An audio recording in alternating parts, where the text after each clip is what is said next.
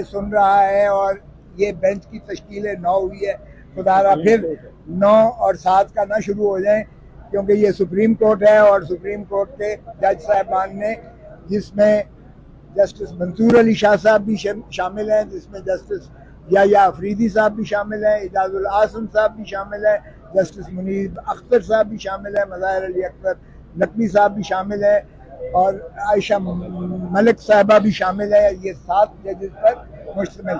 बाकी 6 जज यहाँ नहीं है, लाहौर में नहीं, इस्लामाबाद में नहीं है, वरना हमारी इस्तदा थी कि फुल कोर्ट बैठे, यानी 15 के 15 जज साहबान सुने। हम नहीं चाहते थे कि फिर ये है 7-3, 7-5, 3-2, इसकी कोई इबहम रह जाए। तो बार कैफ अगर 2 सीनियर जज साहब ने अपनी मर्जी से, ये नहीं कि उनको जो है किसी ने माने किया, बल्कि चीफ जस्टिस साहब ने सभी को बुलाया, इसलिए ये फुल कोर्ट ही समझें कि ये फुल कोर्ट ही है जो आज केस सुन रही है। आज पहले शुरुआत हमारे केस से हुई। चौधरी एतजाज आसिम साहब क्योंकि सीनियर मोस्ट हैं और इसलिए मुझे उन्होंने जो है ये मौका दिया कि मैं अपने इस्तदलाल शुरुआत करूं। तो मैंने यही कहा कि 25 करोड़ अवाम इस वक्त अजियत और कर्ब में मुब्तला हैं और एक खौफ की फिजा जो है सारे मुल्क में इस तरह से फैली हुई है। आपने सुना जज साहब ने बाद में, चीफ जस्टिस साहब ने आखिर में ये भी कहा और अटॉर्नी जनरल ने तस्लीम किया कि अगर बुकला को जो है हरास किया जा रहा है, उज़ैर भंडारी को उठा लिया गया 4-6 घंटे, मेरे घर पर हमला हुआ, वो भी चीफ साहब ने जिक्र किया, अगरचे मैं नहीं चाहता था कि वो जिक्र हो। मैंने ये ज़रूर शिकायत की कि देखें, मैं अटॉर्नी जनरल होते हुए, सीनियर मोस्ट वकील होते हुए, मैं अपना पर्चा नहीं दर्ज करवा सका। एक ASI ने पर्चा मेरा भी, वो मेरे ऊपर कातलाना हमला और मेरे घर के ऊपर हमले का और मेरे ड्राइवर को जख्मी करने का और मेरी गाड़ी को हिट करने का और मेरे गेट पर गोलियां बरसाने का, वो भी ASI की वदियत में पर्चा दर्ज होता है। मैं मौजूद हूँ, जिंदा आपके सामने खड़ा हूँ। बार गैर चीफ जस्टिस साहब ने आखिर में ये भी कहा कि ये जो सहाफ़ी हजरात को और अटॉर्नी जनरल को कहा, बताएं, मैं आपको नाम लेकर बताऊं कि जिन सहाफ़ियों को आपने जो अगवा है, जिनको जो है इस तरह हरासा किया जा रहा है, ये भी बंद करें और फौरन मुखलसी दें। इसी तरह चौधरी साहब ने पॉइंट आउट किया कि औरतों को भी जो है आपसे भेजा, यानी उनको भी महबूस किया हुआ है, उनको जेलों में बंद किया हुआ है।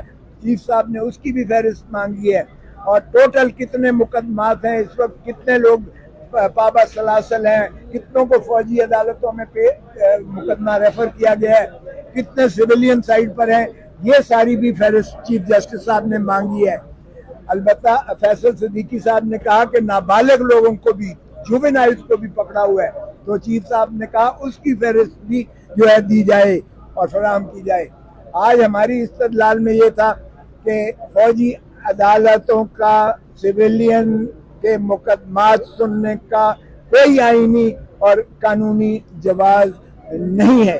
इस पर हमने शेर हासिल, न सिर्फ ये कि बल्कि वो खुद आयशा मलिक साहबा ने कहा कि ये कैसे कमांडर जो है आकर एडमिनिस्ट्रेटिव अकाउंटेबिलिटी कोर्ट को दरख्वास्त देकर और वो बिना अपने माइंड अप्लाई किए हुए उन्होंने उनकी कस्टडी उनकी जो है मुल्ज़मान की वो फौजियों के हवाले कर दी और गिल्टी का लफ्ज़ लिखा हुआ था।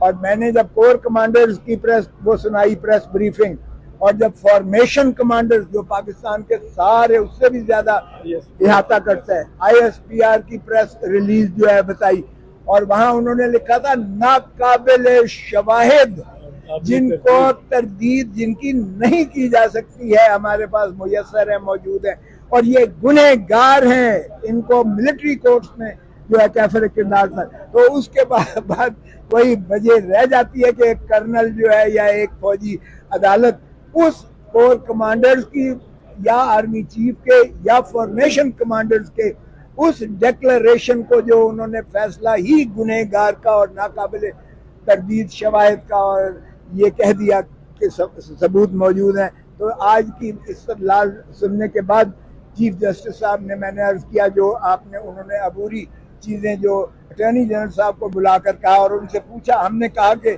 स्टे कर दीजिएगा क्योंकि ये सूरत के साथ जो है इस तरह से फैसले कर देते हैं और फिर आप कहेंगे कि ये पास्ट एंड क्लोज ट्रांजैक्शन हो गया है, जिस तरह महरम अली केस में हुआ या लियाकत अली के केस में हुआ, लियाकत हुसैन के।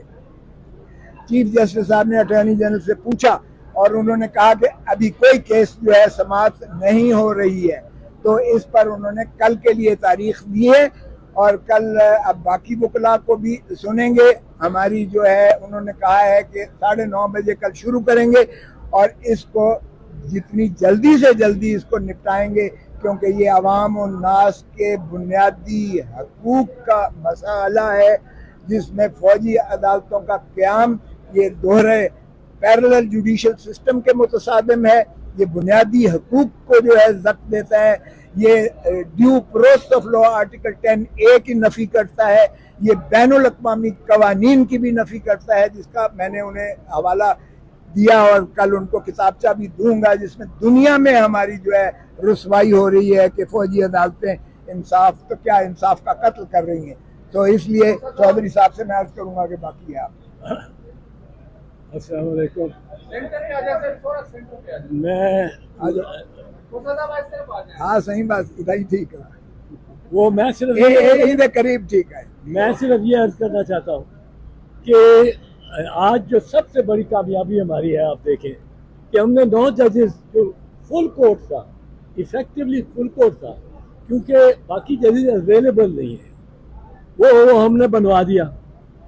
अब ये बड़ी, हमें तो इसकी बहुत इत्मीनान था, फैसला इधर का हो उधर का हो।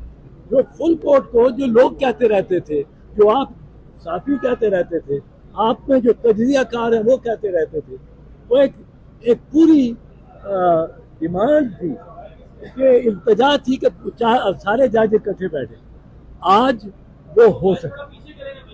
अब उसमें ज़रा हमें इस बात पे कुछ बीच में टेस्ट अच्छी नहीं रही कि 2 जज साहबान ने, सीनियर तरीन जज साहबान ने इस बेंच से उठ के चले जाना मुनासिब समझा। हमने उनकी मिन्नत की, काजी फैज़ी साहब की और सरदार तारिक मसूद की। पूरे खोसा साहब ने तो जनाब फैज़ी साहब को मुबारक भी दी कि वो आज चीफ जस्टिस डेजिग्नेट हो गए। अब मैंने अर्ज करता हूँ, हमने मिन्नत की कि आप बैठे, 9 जजेस का फैसला एक ज़्यादा मजबूत फैसला होता है। एडमिनिस्ट्रेशन आपके फैसलों को, वो कहते हैं हम बेंच नहीं मानते और तो हम फैसला क्यों माने। ये सारा मसला शुरू ये हुआ है, जिस तरह पराना हो के ये बुज़रा ने खड़े हो गए हैं उसके सामने सुप्रीम कोर्ट के, अब हमारा करो, क्या कर सकते हो आप। और चूँकि डिवाइड थी, तकसीम थी अदलिया और सुप्रीम कोर्ट, उसमें सुप्रीम कोर्ट भी बेबस हो गई। इन्होंने तकरीरें की, जिस किस्म की तकरीरें इन्होंने की, वो जो जलसा लेके आए थे, जुलूस पूरा, मौलाना फजल रहमान और मरियम बीबी, जिस किस्म की तकरीरें इन्होंने सुप्रीम कोर्ट की दहलीज पे की, वो कोई सुन नहीं सकता था, पर इन्होंने की। हमने कहा कि आप बैठे, आपसे मोतबर हो जाएगा, ये बेंच आपसे